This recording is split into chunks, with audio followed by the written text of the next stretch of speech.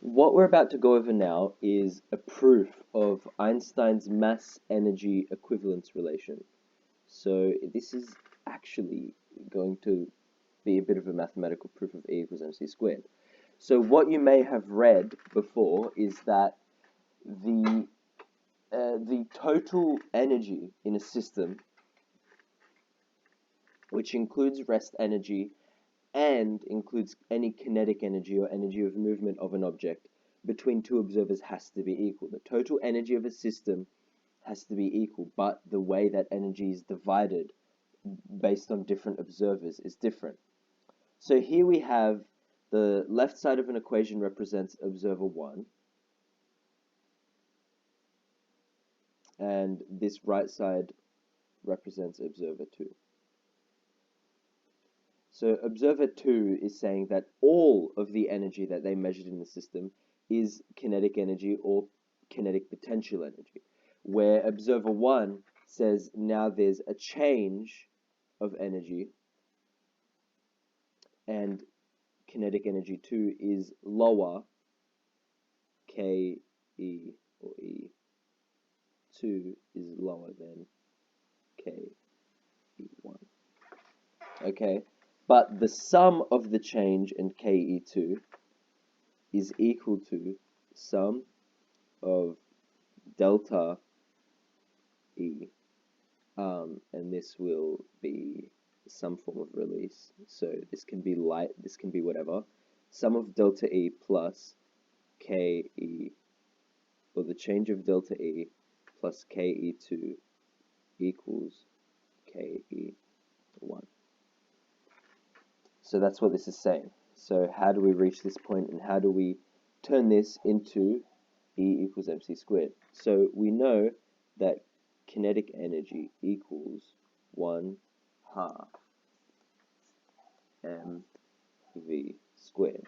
So we sub that in, E equals, oh sorry, I almost skipped ahead, but we have Ke, we just shrink that eraser, Ke equals 1/2 mv squared, so we have E times v squared on 2c squared plus 1/2 mv squared, and that will be m2 equals 1/2 m1 v squared.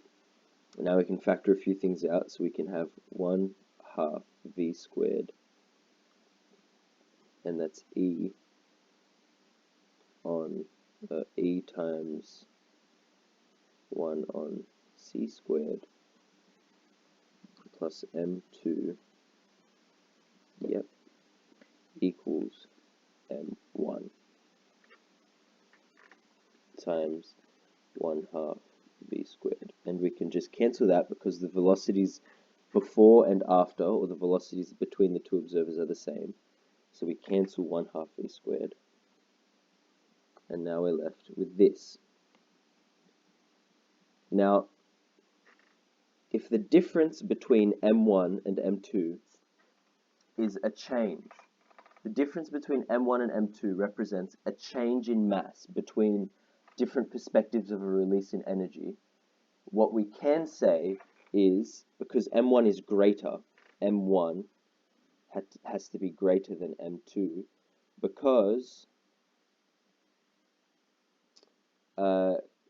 Ke1 had to be greater than Ke2, because also because, remembering that V in left hand side equals V in right hand side.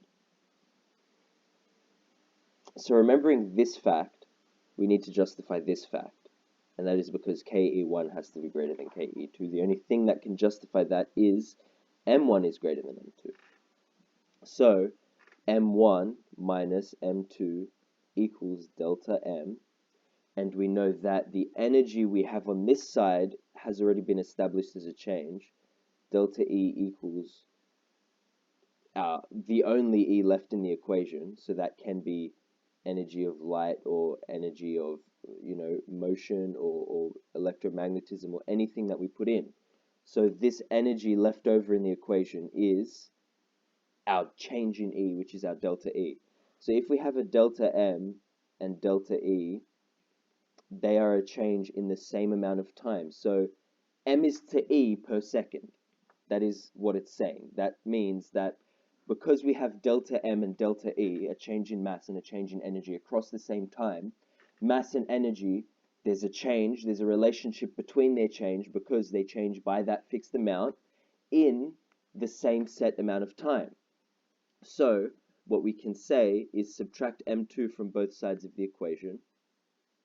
So minus M2 minus M2. What we have is E 1 on C squared equals M1 minus M2. We already know that M1 minus M2 is delta M. So we have delta E times 1 on C squared equals delta M. Right? And we can just imagine cancelling deltas. We have E multiply both sides by C squared.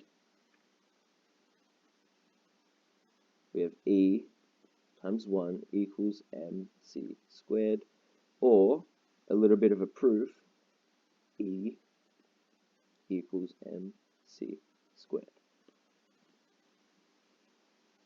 What we've just done is prove from a differing order of events and from differing observers that from here, differences in energy from different scenarios, relativistic scenarios, we can conclude that E equals mc squared.